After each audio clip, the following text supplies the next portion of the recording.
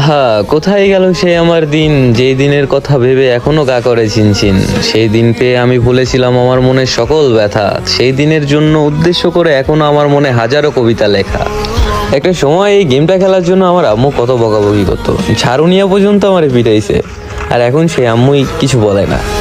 আমার সেই old Scott মেটগুলাও এখন গেম খেলে না, তারা সবাই ব্যস্ত তাদের পার্সোনাল লাইফ নিয়ে। হয়তোবা কোনো একদিন তাদের মতো আমিও ব্যস্ত হয়ে যাব, কিন্তু আমি হয়তোবা তাদের মতো গেমটা ছাড়তে পারবো না। এই গেমটার প্রতি আমার আবেগ, মায়া, ভালোবাসা, স্মৃতি সব জড়িয়ে আছে। কিভাবে ছাড়ি তারে আমি? মাঝে মধ্যে কিছু কথা ভেবে খুব আফসোস হয়, সময় আসলে এতটাই স্বার্থপর। আগে যেখানে গেম প্লে দেখে পোলাপেন হ্যাকার বলতো, আর এখন পোলাপেন বট কয়।